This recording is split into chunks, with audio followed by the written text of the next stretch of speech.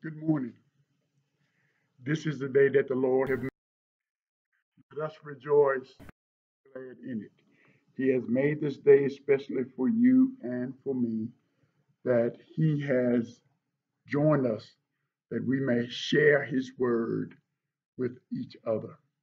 Today, our lesson uh, continues with faith on display in your conversation. See, our faith must be on display 24 hours a day, 7 days a week. We cannot put it on the shelf every now and then. Our faith must be displayed in everything that we do, from the way that we talk, from the way that we walk, from the way that we live. Everything must be on display for God, and our faith is that. And so, our lesson today, we're still studying the book of James, and the point of our lesson today is when you rely on God, your words reflect His character. When you rely on God, when you depend on God, when uh, uh, uh, your whole being depends on God, your words reflect His character. And this comes to us from James 3, 1 through 5a, 9 through 10, and 13 through 18. So faith on display in our conversation. Let's look at the first outline. The first outline, James 3, 1 through 5. It's the way that you share and the way that you demonstrate things. This is what's happening. James 3, 1 through 5, it reads, now many should become teachers, not many should become teachers, my brothers, because you know that we will receive a stricter judgment. For we all stumble in many ways. If anyone does not stumble in what he says, he is mature, able also to control the whole body. Now, if we put bits into the mouth of horses so they obey us, we direct their whole body. And consider ships, though very large and driven by fierce winds, they are guided by a very small rudder. Wherever the will of the pilot directs, so too, though the tongue is a small part of the body, it boasts great things. First of all, everybody cannot be a teacher. Let me say that again.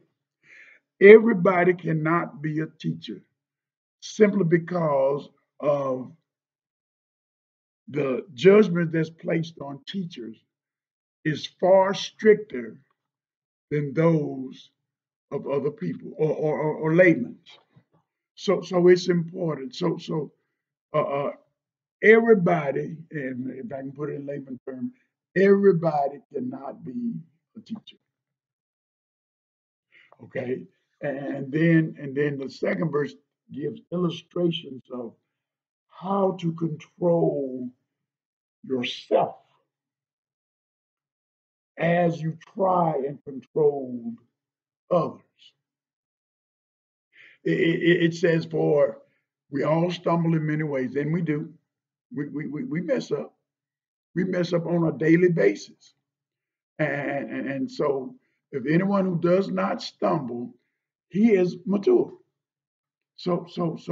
But all of us have stumbled, have messed up, have done some things that are not pleasing to God. So all of us are not mature. He gives illustration of the horse and the ship and the tongue. See, the horse is controlled by the bit that's placed in his mouth. And because of the bits that's placed in his mouth, it controls the horse because it messes with his tongue. And because it messes with the tongue, it can control it. So the bits, it's a piece of metal that goes into the horse's mouth and controls. But yet and still, there's another a rudder that controls the ship. Compared to the size of the ship, a rudder is very, very small, but it controls a very large ship. So if that be the case, it's important now. But with with the horse with the bits, with the ship with the rudder, they control it. But the Bible said no one can control the tongue, even though the tongue is very, very small, piece of meat that's in your mouth. No one.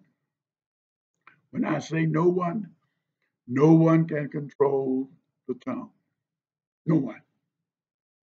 Animals, beasts can be controlled, but the tongue cannot be controlled.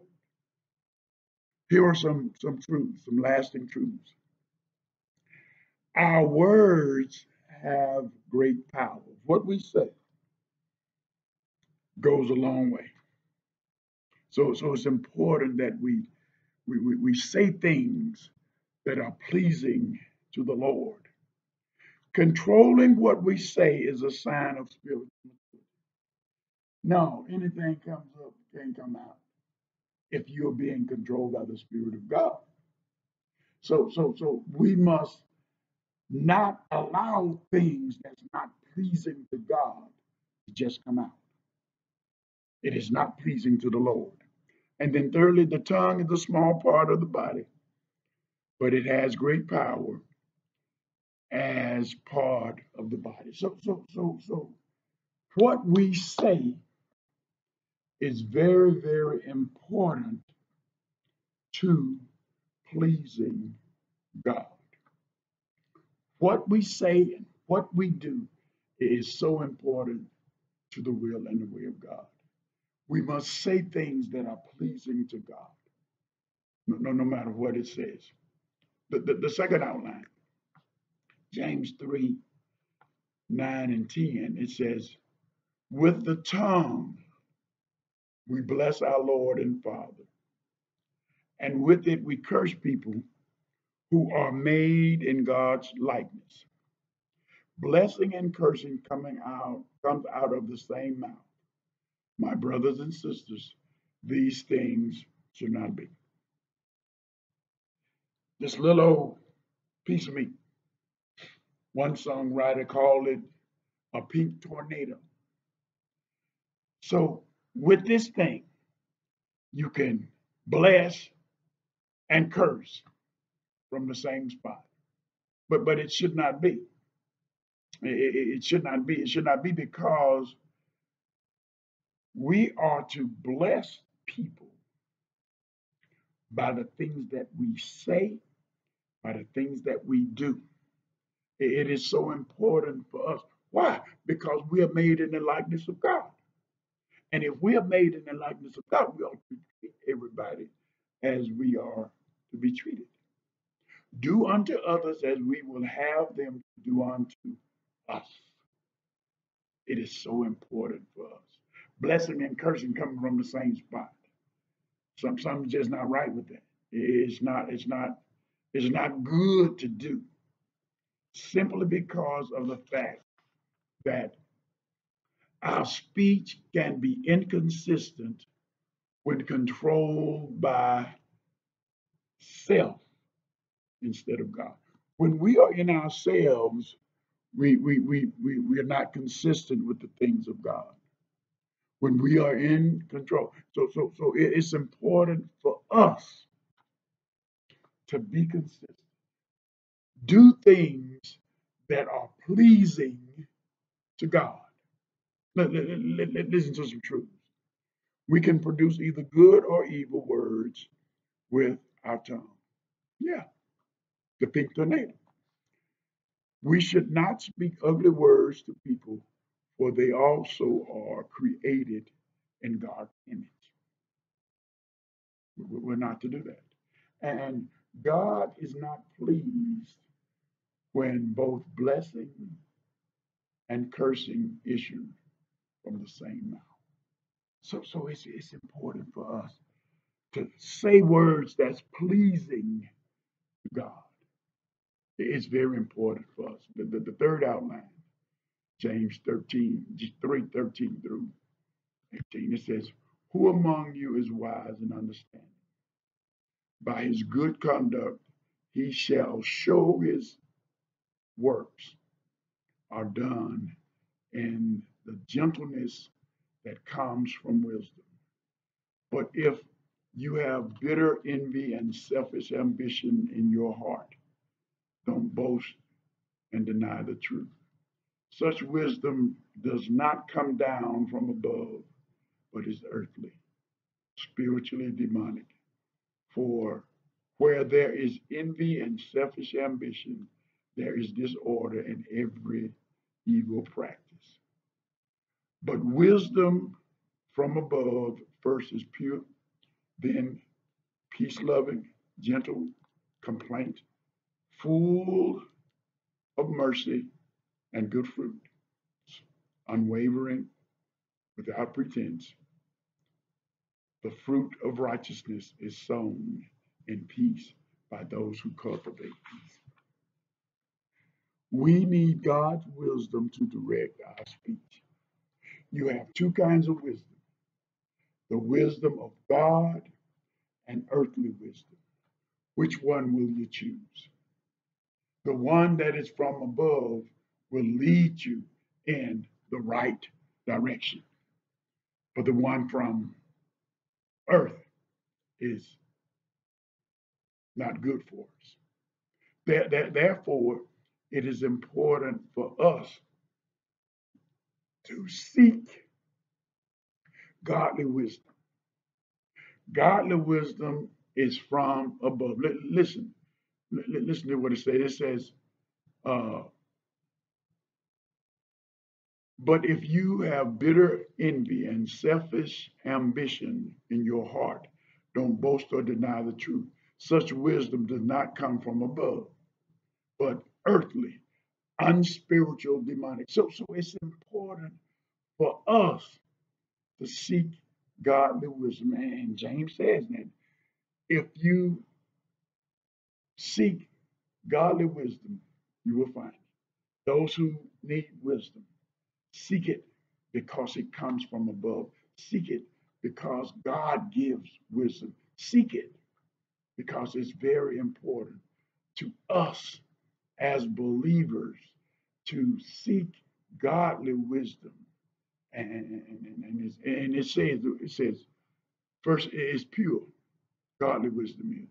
Secondly, it's peace loving and it's gentle, full of mercy and good fruit. So when we look at it, wisdom that comes from God is so important to us as believers. So then here's some truths. Our good conduct can demonstrate we have wisdom and understanding from God. Bitter envy and selfish ambition lead only to disorder rather than godly wisdom. God's wisdom will produce peace and good spiritual fruits. So spiritual fruit in our lives. So as we look at what we're doing, as we look at our faith on display in our conversation, we should, when we depend on God, our words will reflect his character. So as we look to God for wisdom, we will surely find his wisdom as we put faith on display. May God richly bless you. my beloved.